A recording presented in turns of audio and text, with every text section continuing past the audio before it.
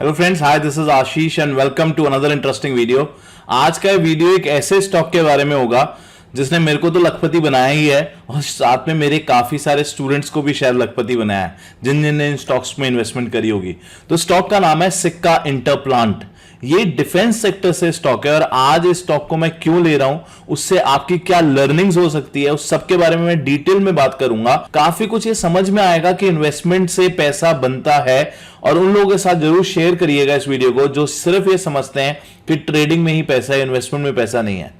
तो मैं आपको पहले दिखा देता हूं कुछ डिटेल्स और लर्निंग्स पे भी बात करूंगा और अभी आपके सामने ही उस स्टॉक की हम पोजीशंस को सेल आउट करेंगे। आप तो स्टॉक का नाम है सिक्का इंटरप्लांट, जैसा कि आप यहां पे देख सकते हैं। अब ये कंपनी करती क्या है, ये कंपनी बेसिकली डिफेंस के अंदर है। मैं आपको दिखा देता हूं, ये देखिए, ये कंपनी डिफेंस में है और काफी सारे जैसे लैंडिंग गियर्स होते हैं, ये सब डिफेंस से रिलेटेड जितना भी वर्क होता है उसमें काफी सारे ऐसे प्रोडक्ट्स हैं जो ये कंपनी बनाती है।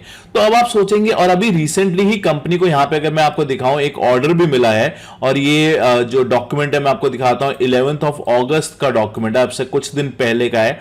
और यहां पे बताया गया, इसको अगर आप पढ़ें इस लाइन को, कि अभी since the start of 2023 to 24 हमारे पास अभी 117 करोड़ का ऑर्डर हो चुका है एज ऑन 11 अगस्त। ओके, अगर यहां पर हम सेल्स की बात करें तो अभी जो सेल्स फिगर आई है वो सिर्फ 85 करोड़ की आई है टीटीएम में। इसका मतलब अभी भी इनके पास कुछ है, क्योंकि अभी 117 करोड़ तो ऑर्डर बुक में इनके ऑलरेडी है और अभी हम अगस्त में बैठे हैं। अभी जब साल खत्म होगा तो ये 150 तक हो सकता है चले जाए ऑर्डर बुक। तो पिछले साल से आप देख रहे हैं कितना जंप हो जाएगा यहां पे ऑर्डर बुक में, बट फिर भी मैं स्टॉक को बेच रहा हूं। और डिफेंस एक ऐसा सेक्टर है जो काफी ग्रोइंग हो रहा है। अभी इनको ऑर्डर मिले हैं यहां पर, और ये देखिए यहां पर अगर आप देखें तो अभी भी कुछ लेटेस्ट न्यूज आया है कि गवर्नमेंट इंडियन एयरफोर्स जो है वो काफी सारे 100 कुछ जेट्स हैं, फाइटर जेट्स, जिनको ऑर्डर देने वाली है। तो काफी कुछ पॉजिटिव डेवलपमेंट्स हो रही हैं यहां पर। एयर डिफेंस टेक्स वैसे ही काफी फोकस में है इस वक्त, जब तक चंद्रयान ने लैंड किया है मून के ऊपर। सो कांग्रेचुलेशंस टू एवरीवन, ये भी काफी बड़ी अचीवमेंट है। टेक्निकली भी स्टॉक बहुत स्ट्रांग है। अभी आप देखिए तो 1255 के आसपास चल रहा है ये स्टॉक, राइट। तो टेक्निकली भी आप बोलेंगे आप स्टॉक को क्यों बेच रहे हैं, सब कुछ तो अच्छा है, वॉल्यूम भी अच्छा है कंपनी में, टेक्निकली भी अच्छा है, ऑर्डर भी कंपनी को मिल रहे हैं और कंपनी का यहां तक कि डिफेंस सेक्टर भी इस वक्त काफी फोकस है गवर्नमेंट की वजह से, बट फिर भी आप स्टॉक को बेच रहे हैं। जी हां, मैं बेच रहा हूं। क्यों बेच रहा हूं, क्या आपकी लर्निंग्स है वो भी बात कर लेता हूं। आपको यहां पे स्टॉक्स भी अभी दिखा देता हूं, आपके सामने ही पोजीशन को क्लोज करने की कोशिश करेंगे अगर हमारे वो लेवल्स आ जाते हैं। ये मेरे पास सिक्का इंटरप्लांट अगर आप यहां पे देखें तो ये 625 स्टॉक्स हैं, जिसमें ऑलमोस्ट जो इन्वेस्टमेंट लग रही थी वो 2 लाख रुपए से भी कम की इन्वेस्टमेंट है। एग्जैक्ट मैं आपको बताऊं तो आई थिंक 1,77,000 के आसपास है, जिसकी अभी वैल्यू ऑलमोस्ट 8 लाख के आसपास होने वाली है। 7,71,000 रुपीज हो चुके हैं and the profit is of almost 335%। अभी जब इसको अभी 1235 के हिसाब से, रेट के हिसाब से चल रहा है ये, बट अभी अगर आप यहां पे मार्केट प्राइस देखें तो 1254 है। तो ये प्राइस जो है 335 ना होके ऑलमोस्ट 350% के गेन हमारे यहां पे हो जाएंगे अभी हम इस पोजीशन को जब क्लोज करेंगे। ओके, तो और ये जो प्रॉफिट भी है ये 771 ना होके ऑलमोस्ट 8 लाख रुपीस तक हमारा ये प्रॉफिट पहुंच जाएगा। तो अब पॉइंट करते हैं कि पोजीशन मैंने कब ली, किन लेवल्स पे ली, कितना टाइम हो गया, वो भी मैं आपको दिखा देता हूं। अगर यहां पर आपको डिटेल्स मिल जाएंगी। इन स्टॉक को मैंने जो परचेज किया था 2021 में, अप्रैल और मार्च के आसपास मैंने परचेज किया था। ऑलमोस्ट लेवल आप यहां पे देख सकते हैं 280 से लेके 290 के लेवल्स हैं। तो और 872 डेज के करीब इसमें हो चुके हैं। सो आप मान के चलिए 2 साल ऑलमोस्ट 4 महीने, 2 साल 4 महीने में हमारे जो रिटर्न्स हैं वो ऑलमोस्ट 350% के रिटर्न है। अगर साल के मैं रिटर्न्स निकालूं तो वो ऑलमोस्ट 100% से भी ज्यादा के रिटर्न्स हैं इन्वेस्टमेंट में। तो पहले इस पोजीशन को यहां पे क्लोज करने के लिए मैं लगा देता हूं, उसके बाद देखते हैं कि क्या क्या हमारी लर्निंग्स हो सकती है। तो अभी जो इसका प्राइस चल रहा है 1250 के आसपास, यहां पे कुछ बायर बैठा है 50 क्वांटिटी में और सेलर 1254। तो हम, और ये डेली अगर मैं आपको दिखाऊं ना, स्टॉक सर्किट पे था पिछले 2 दिनों से।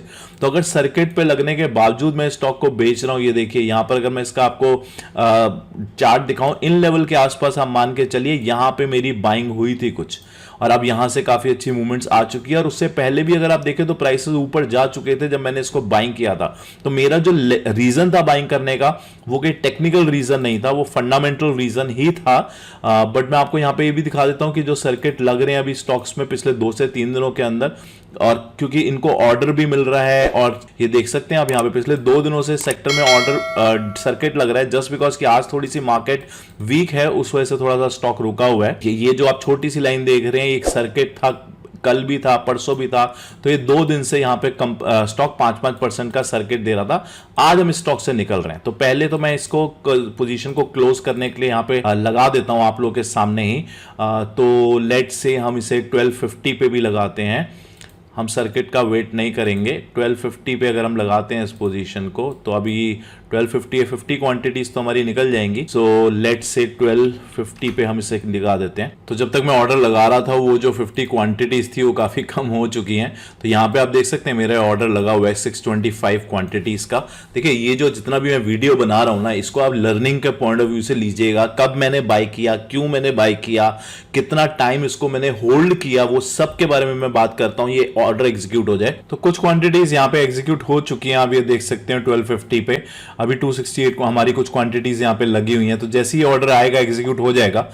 आई थिंक एग्जीक्यूट हो गए टोटल क्वांटिटीज, कांग्रेचुलेशंस गाइस। तो हमने प्रॉफिट बुक कर लिया है 1250 पे। अब बात करते हैं इसकी लर्निंग्स के ऊपर। पेशेंस आता है आपको कॉन्फिडेंस है, कि अगर आपको कॉन्फिडेंस होगा ना अपने स्टॉक के ऊपर, अपने सिलेक्शन प्रोसेस के ऊपर और अपने एग्जीक्यूशन प्रोसेस के ऊपर, कि जब कब मुझे इस स्टॉक को एग्जिट करना है वो भी आपको पता होना चाहिए। लोगों को यहां ये सबसे बड़ी प्रॉब्लम है, ये नहीं पता होता कि स्टॉक को एग्जिट कब करना है। देखिए, सिंपल सा रूल है। अगर आप लेट से आपने ये सिनेरियो लगाया कि मुझे 20% रिटर्न मिलेंगे और मैं बाहर हो जाऊंगा स्टॉक से, आप थोड़ी सी यहां पे मैथ्स की कैलकुलेशन करिए। आपने 20% रिटर्न लिए, आप बाहर हो गए, आप उस पैसे का क्या करेंगे? आप उसको री इन्वेस्ट करेंगे? अब क्या गारंटी है कि जिस स्टॉक में आपने री इन्वेस्ट किया है वो आपके फेवर में जाएगा? देखिए, आप बोलेंगे गारंटी तो वो भी नहीं है कि जिस स्टॉक में पड़ा हुआ है, बट यहां पे प्रोबेबिलिटी का गेम है। You are taking your money out from the stock which is already working in your favour.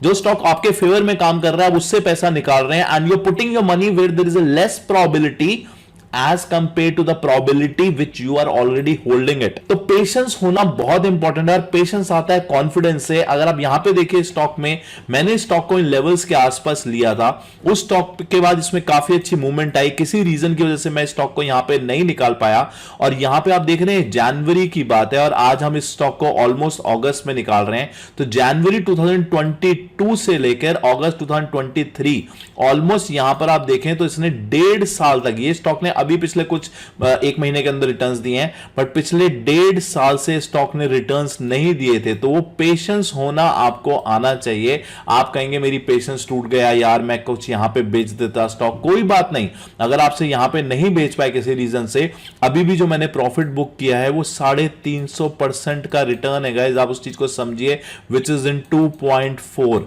मतलब 2 साल 4 महीने के अंदर 350% का रिटर्न आना इज ए फिनोमिनल रिजल्ट। तो पेशेंस तब आता है, किससे आता है? कॉन्फिडेंस से। और कॉन्फिडेंस कब आता है? जब आपको सिस्टम के एंट्री एग्जिट पॉइंट क्लियरली पता हो। दूसरी इंपॉर्टेंट लर्निंग यहां पर आपको ये लेनी चाहिए कि स्टॉक का सिलेक्शन जो होता है ना, बहुत इंपॉर्टेंट होता है। देखिए, मैं किस तरीके से स्टॉक को सिलेक्ट करता हूं। अब ये स्टॉक आज से 2 साल पहले मैंने लिया था, आपने कभी सोचा भी नहीं था इस स्टॉक का नाम, शायद आज की डेट में भी लोगों ने इस स्टॉक का नाम नहीं सुना होगा। मैंने 2 साल पहले, तो मेरा जो स्टॉक सिलेक्शन का क्राइटेरिया है, मैं वैल्यू बेस्ड इन्वेस्टमेंट्स करता हूं। वैल्यू बेस्ड इन्वेस्टमेंट्स का मतलब क्या होता है कि स्टॉक्स जो अच्छे हैं एंड सस्ते प्राइसेस पे अवेलेबल है। तो जब वो स्टॉक अच्छा होगा और सस्ते प्राइसेस पे अवेलेबल होगा, तभी मैं उसमें अपॉर्चुनिटी लूंगा। Stocks like HDFC bank, Asian paints, Maruti, Berger paints, ये सब अच्छे स्टॉक्स हैं, बट ये सस्ते स्टॉक्स नहीं है, ये चीप नहीं है। तो मेरा वैल्यू बेस्ड स्टॉक का क्राइटेरिया, अगर आप मुझसे सीखना चाहते हैं, आपको डिस्क्रिप्शन में डिटेल्स मिल जाएंगी, बट सीखिए जरूर, किसी ना किसी से सीखिए। जो भी आपको लगता है कि ये मुझे सही गाइडेंस दे सकता है, सीखना इज वेरी इंपॉर्टेंट। मैं ये नहीं कह रहा मुझसे सीखिए, इस पर्सन से सीखिए, जिससे भी आपको रिलायबिलिटी लगती है, जिसपे भी आपको कॉन्फिडेंस है, उससे सीखिए जरूर। तो यहां पर अगर आप स्टॉक सिलेक्शन देखिए ना, पार्ट्स दिखाऊं, देखिए यहां पर अगर आप कंपनी के ये जो अर्निंग्स थी, ये जो बार्स आप देख रहे हैं अर्निंग्स से, कंपनी की अर्निंग्स बढ़ती जा रही थी, वेरएस प्राइस मैंने जब लिया था इन लेवल्स के आसपास था, प्राइसेस में तब भी बहुत ज्यादा मूवमेंट नहीं थी। वो एक रीजन था। अब स्टॉक सिलेक्शन सिर्फ मैं आपको पूरा भी डिटेल में तो नहीं दिखा सकता यहां पर, बट जो भी है, अगर आप देखें 2021 में जो कंपनी की सेल्स आ रही थी जब मैंने लिया था, हर साल कंपनी की सेल्स बढ़ती जा रही थी, 46, 63, 80।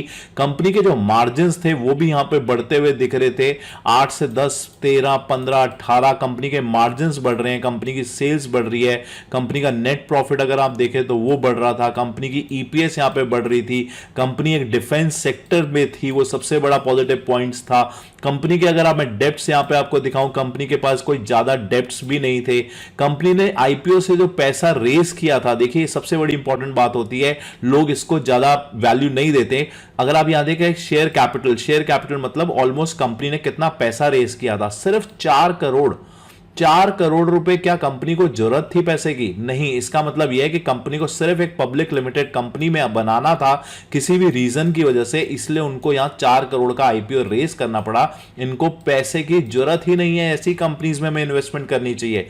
तो इसीलिए आपको स्टॉक सिलेक्शन और भी कई क्राइटेरियाज हैं जिसको मैंने यहां पे देखा। बोरोइंग्स अगर आप देखें, कंपनी की जो बोरोइंग्स थी बिल्कुल ना के बराबर कंपनी का, उसको पैसों की जरूरत ही नहीं है, कंपनी को पैसों की जरूरत नहीं है, कंपनी की सेल्स बढ़ती जा रही है, कंपनी के मार्जिन्स बढ़ते जा रहे हैं, कंपनी एक ऐसे सेक्टर से बिलोंग करती है जो अगर इंडिया ग्रो करेगा तो ऐसा हो ही नहीं सकता कि डिफेंस ग्रो ना करे, राइट। तो पहला हमने सीखा पेशेंस होना कॉन्फिडेंस से आता है, कॉन्फिडेंस स्टॉक सिलेक्शन से आता है, आपको अपने प्रोसेस के ऊपर पूरा कॉन्फिडेंस होना चाहिए।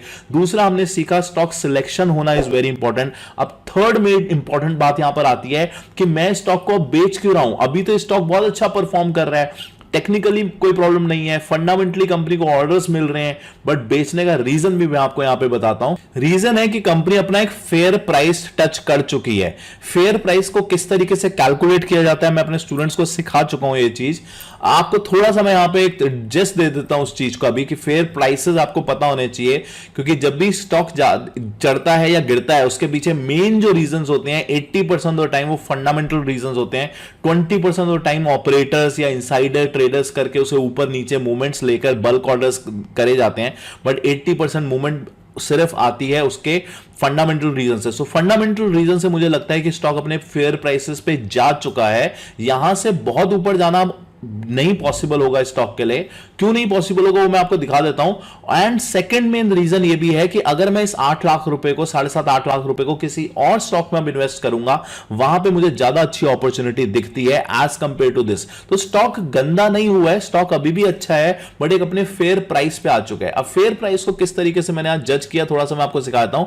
अगर आप देखें कंपनी की जो सेल्स हो रही है, कंपनी की सेल्स और कंपनी का जो नेट प्रॉफिट है, अगर आप देखें तो ये 15% से नेट प्रॉफिट ग्रो कर रहा है। 15% नेट प्रॉफिट यहां पर आ रहा है कंपनी की सेल्स के ऊपर, विच इज वेरी गुड। अब ये बोल रहे हैं 117 करोड़ की से, इस चीज को ध्यान से सुनिएगा गाइस, ये बहुत इंपॉर्टेंट कुछ चीजें मैं आपको फ्री में सिखा रहा हूं, तो इस चीज की लर्निंग्स जरूर लेते रहिए। लाइक करिएगा, शेयर करिएगा इस वीडियो उन लोगों के साथ जो समझते हैं कि इन्वेस्टमेंट में पैसा नहीं बनता, उनके साथ तो जरूर शेयर करिएगा। तो यहां पर पॉइंट आता है कि 117 करोड़ की कंपनी ने बताया हमारे पास ऑर्डर बुक है। तो अगर मैं 117 करोड़ का जो कि 15% नेट प्रॉफिट बनता है, विच इज ऑलमोस्ट 17.55, तो अब मुझे पता चल गया कि कंपनी का जो नेट प्रॉफिट है वो 17.55 आने वाला है, विच इज अभी 13 से ये 17.55 हो जाएगा। अब मैं इसकी ईपीएस भी यहां से निकाल सकता हूं। अगर मुझे ईपीएस पता है, ईपीएस क्या होता है, net profit divided by the number of shares. तो अगर मैं 17.55 को नंबर ऑफ शेयर्स से इनके डिवाइड कर दूं तो वो जो ईपीएस आ रही है वो आ रही है 41.78 की। तो अब मुझे पता चल गया इनकी ईपीएस 41.78 की होने वाली है इस साल मिनिमम। अगर 117 करोड़ है तो 117 करोड़ से ज्यादा ही होगा ऑर्डर, बट 41.78 की ईपीएस आने वाली है। सही समझ में आएगा तो इस पॉइंट को दोबारा देखिए। तो एक राउंड फिगर मैं पकड़ लेता हूं कि 42 की ईपीएस कंपनी की आने वाली है, और कंपनी की जो ईपीएस आज से 2-3 साल पहले थी वो ऑलमोस्ट 39.15 की थी। तो 39.15 से अगर मैं देखूं 42 की, तो कंपनी ने 7 से 12% की ग्रोथ दिखाई है अभी। तो अगर 7 से 12% की ग्रोथ कंपनी हर साल दिखा रही है, तो उस हिसाब से जो कंपनी का फेयर प्राइस आना चाहिए वो 1250 से लेके 1280 के आसपास एक फेयर प्राइस मुझे यहां लगता है। और वही एक रीजन है मैंने आज स्टॉक को बेच दिया 1250 के आसपास। और इसी तरीके से मैं कहीं और भी इसके अंदर एड ऑन्स होती हैं मेरी कैलकुलेशंस, बट मोटा मोटा मैंने आपको समझाया किस तरीके से। तो देख रहे हैं आपको पहले स्टॉक सिलेक्शन करना वेरी इंपॉर्टेंट, आपको कॉन्फिडेंस था मुझे स्टॉक में। सेकंड, पेशेंसली मैंने उसे होल्ड किया, कोई बात नहीं अगर वो नहीं भी चढ़ा कुछ टाइम तक, बट जब उसने रिटर्न्स दिए तो पिछले 1.5 साल में जो मुझे रिटर्न नहीं मिले थे वो सारे उसने मुझे 2 महीने में ही दे दिए। और उसके बाद इसको कब बेचना है, ये बहुत इंपॉर्टेंट पॉइंट्स होते हैं। आपको किसी से भी सीखना चाहिए, सीखना इज वेरी इंपॉर्टेंट, क्योंकि अगर आप बिना सीखे स्टॉक मार्केट में इन्वेस्टमेंट करेंगे तो 90% ऑफ द टाइम पैसा नहीं बनेगा। बट अगर आप उसी चीज को सीख के करेंगे, किसी से भी सीखेंगे, मेरे से भी सीखेंगे, किसी और भी ट्रेनर से सीखेंगे, तो आपकी जो सीखने की और लर्निंग की प्रोबेबिलिटी और विनिंग प्रोबेबिलिटी है वो बढ़ जाती है। आई होप आपको कुछ ना कुछ लर्निंग मिली होगी आपको वीडियो पे। क्या लर्निंग मिली कमेंट्स में जरूर बताइएगा। Thank you so much, bye bye and have a great day.